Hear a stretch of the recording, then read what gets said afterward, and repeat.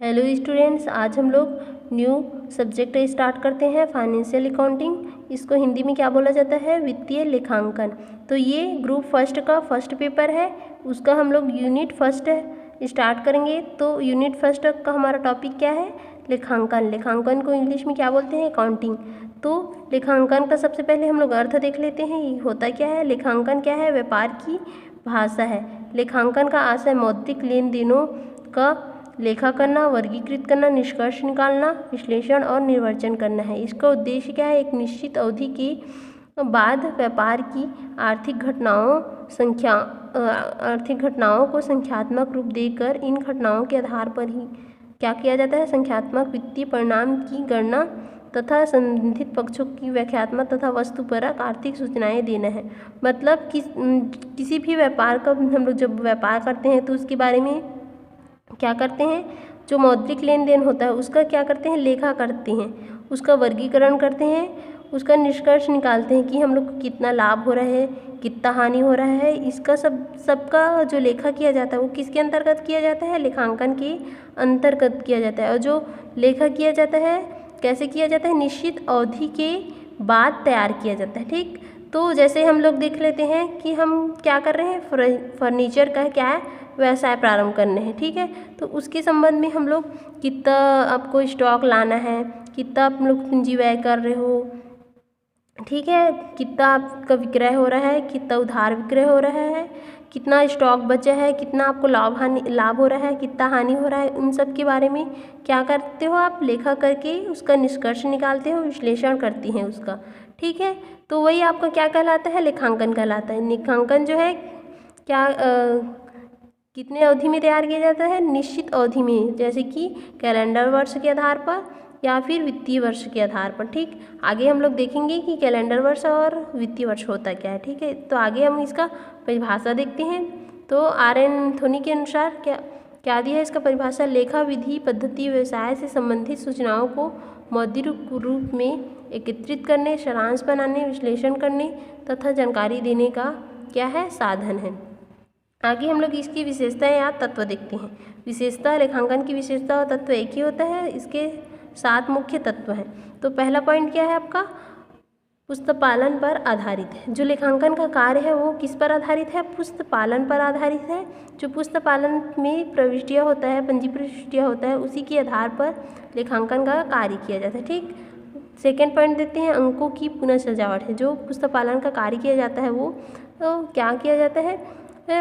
क्रमबद्ध किया जाता है। क्रमबद्ध में किया जाता है, जैसे कि पहले आप पंजी पृष्टि करोगे, खाता बही बनाओगे, उसके बाद आप तलपट बनाओगे, फिर आपको क्या आर्थिक चिट्ठा बनाओगे, उसमें निर्माण खाता, व्यापार खाता, लाभ हानि, तो क्रम से किया जाता है। ठीक, तो थर्ड पॉइंट देखते हैं इसका, कला और विज्ञान है। लेखांकन के जो नियम और सिद्धांत है वो क्या है? निश्चित है, इसलिए ये कला है। ठीक है, जो इसका कार्य करने का तरीका है वो क्या कहलाता है? आपका कला कहलाता है। इसलिए लेखांकन क्या है? कला और विज्ञान दोनों है। ठीक, तो आगे देखते हैं निश्चित समय। तो लेखांकन का जो कार्य किया जाता है वो निश्चित अवधि के बाद तैयार किया जाता है। तो जैसे कैलेंडर वर्ष है वो 1 जनवरी से 31 दिसंबर के बाद तैयार किया जाता है। ठीक है, इसके बीच तैयार किया जाता है। और फिर वित्तीय वर्ष क्या है? 1 अप्रैल से 31 मार्च। तो इस आधार पर आपको तैयार किया जाता है। ठीक है, और मौद्रिक, पांचवा पॉइंट देखते हैं, मौद्रिक लेन देन। इसमें जो लेखांकन है वो लेखांकन में किसका लेखा किया जाता है? मौद्रिक लेन देनों का ही लेखा किया जाता है। यानी जैसे कि कर्मचारी हैं, प्रबंधक है, उसकी कार्यकुशलता है, कितना उसका लेखा नहीं किया जाता है। सिर्फ इसमें मुद्रा में जो लेन देन होते हैं उसका ही लेखा किया जाता है। ठीक, छठवां पॉइंट देते हैं, आर्थिक परिणामों की व्याख्या। किसी भी व्यापार की आर्थिक चिट्ठा के आधार पर उसका आर्थिक परिणाम क्या है, कितना इसको प्रॉफिट हो रहा है, ये सबका जानकारी जो है किसके आधार पर निकाला जाता है? लेखांकन के आधार पर। ठीक है, सातवां पॉइंट देखते हैं, प्रयोग जो है लेखांकन सूचनाओं का प्रयोग कौन कौन करता है? वित्तीय एवं अन्य व्यावसायिक संस्थाएं हैं, व्यक्ति हैं, सरकार है, समाज है एवं अन्य वर्गों को प्रदान करने के लिए क्या किया जाता है? इसका प्रयोग किया जाता है। ठीक है, आगे हम लोग इसका क्या देखेंगे? प्रकृति और उद्देश्य देखेंगे। ठीक है, स्टार्ट करते हैं लेखांकन की प्रकृति। तो लेखांकन की प्रकृति में फर्स्ट पॉइंट क्या है? लेखांकन एक पेशा है। तो जो लेखांकन के बारे में जो व्यक्ति उसके बारे में पढ़ा हो, उसका अध्ययन किया हो, वही इसका क्या कर सकता है, लेखा कर सकता है। जैसे कि लेखापाल है, चार्टर्ड अकाउंटेंट है, वही इसका क्या कर सकता है, लेखा कर सकता है। तो लेखांकन क्या है, एक पेशा है। सेकेंड पॉइंट देखते हैं, लेखांकन एक बौद्धिक विषय है। तो लेखांकन का जो सैद्धांतिक और व्यवहारिक अध्ययन किया हुआ है, जो इसको सीखा गया है, उसके बारे में विशिष्टता प्राप्त किया है, वही इसका क्या कर सकता है, लेखा कर सकता है। तो इस तरह से ये क्या है, लेखांकन एक बौद्धिक विषय है। थर्ड पॉइंट देखते हैं, लेखांकन एक सामाजिक शक्ति है। यानी इसकी जो लेखांकन से प्राप्त सूचनाओं का प्रयोग जो है कौन कौन करता है, स्वामी, लेनदार, देनदार, सरकार, जनता आदि लोग इसका क्या करते हैं, प्रयोग करते हैं।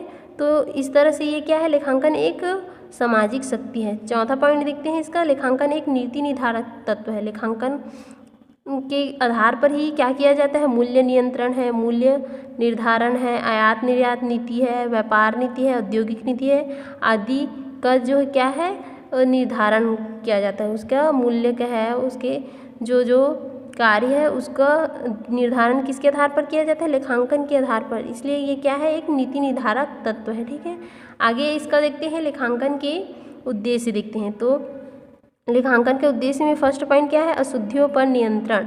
लेखांकन के सिद्धांतों के आधार पर क्या किया जाता है, पुस्तपालन के कार्यों की जांच किया जाता है ताकि भविष्य में होने वाले अशुद्धियों पर नियंत्रण किया जा सके। ठीक है, तो इसका क्या है, इसलिए इसको अशुद्धियों पर नियंत्रण किया जाता है, इसका उद्देश्य। सेकेंड उद्देश्य क्या है, शुद्ध लाभ हानि की गणना करना है। तो लेखांकन जो है क्या है, निश्चित अवधि के अंत में जो है व्यापार की क्या शुद्ध लाभ हानि की गणना करता है। तो इसका उद्देश्य क्या है, शुद्ध लाभ हानि की गणना करना है। ठीक है, व्यापार के जो वो निश्चित अवधि के बाद तैयार किया जाता है लेखा, तो इसका शुद्ध लाभ हानि की गणना करना है। थर्ड पॉइंट क्या है, समायोजन करना है। लेखांकन का उद्देश्य क्या है, जो व्यापार के अदत्त व्यय है, पूर्वदत्त है, व्यय है, छूट है आदि के क्या करना है, समायोजन करना होता है। और चौथा इसका उद्देश्य है, लेखांकन का उद्देश्य क्या है, वित्तीय स्थिति की जानकारी। तो व्यापार के जो वित्तीय स्थिति है, ठीक है, उसका व्यापार तलपट व्यापार खाता, लाभ हानि खाता, चिट्ठे के आधार पर उसकी वित्तीय स्थिति की क्या किया जाता है जानकारी लिया जाता है। ठीक, पांचवा इसका उद्देश्य क्या है, कर योग्य आय का निर्धारण करना है। मतलब जो व्यवसाय होते हैं उसकी व्यावसायिक चिट्ठा है, आर्थिक चिट्ठा है, उसके आधार पर उनकी कर योग्य उनके आय के बारे में क्या किया जाता है, कर योग्य आय का निर्धारण करती है। कौन करती है, सरकार उसका कर योग्य आय का निर्धारण करती है। उसके जो व्यक्ति होते हैं उन लोग, वैधानिक व्यक्ति होते हैं, उन लोग करते हैं। ठीक, तो ये क्या है, छठवां पॉइंट देखते हैं, वैधानिक उद्देश्य। तो लेखांकन क्या है, व्यापारी को अपने व्यापार के आयकर, विक्रय कर, संपत्ति कर, ठीक है, देना पड़ता है व्यापारी को अपने व्यापार का जो आयकर है, विक्रय कर है। अब जैसे कहीं पर आप लोग दुकान खोले तो उसका टैक्स पटाते हो ना, तो ये क्या है, लेखांकन का उद्देश्य क्या है, वैधानिक उद्देश्य है। ठीक है, आगे सातवां पॉइंट देखते हैं, संबंधित पक्षों को सूचना देना है। जैसे कि लेखांकन का जो सूचना होता है, लेखांकन के कार्यों का जो, तो वो किसको किसको देता है, जैसे कि लेनदार है, देनदार है, विनियोक्ता है, प्रबंधक है, कर्मचारी, उन लोग को सूचना प्रदान करना है। ठीक है, आगे क्या है, आठवां पॉइंट क्या है, अंकेक्षण का आधार है। तो लेखांकन का उद्देश्य क्या है, अंकेक्षण का आधार है। यानी कि जो पुस्तपालन है उसके आधार पर लेखांकन किया जाता है, और लेखांकन के आधार पर क्या किया जाता है, अंकेक्षण का कार्य किया जाता है। ठीक है, आगे आप जब भी कॉम करें सेकेंड में जाओगे, आप सेकेंड ईयर में, तो आप अंकेक्षण के बारे में पढ़ोगे। ठीक है, तो क्या है, लेखांकन जो है अंकेक्षण का आधार है। ठीक, इसके आप उद्देश्य है। ठीक, आगे हम लोग इसके सिद्धांत के बारे में पढ़ेंगे। ठीक है, बुक में आपका डिटेल में दिए है, आप लोग पढ़िएगा। ठीक है, थैंक यू स्टूडेंट।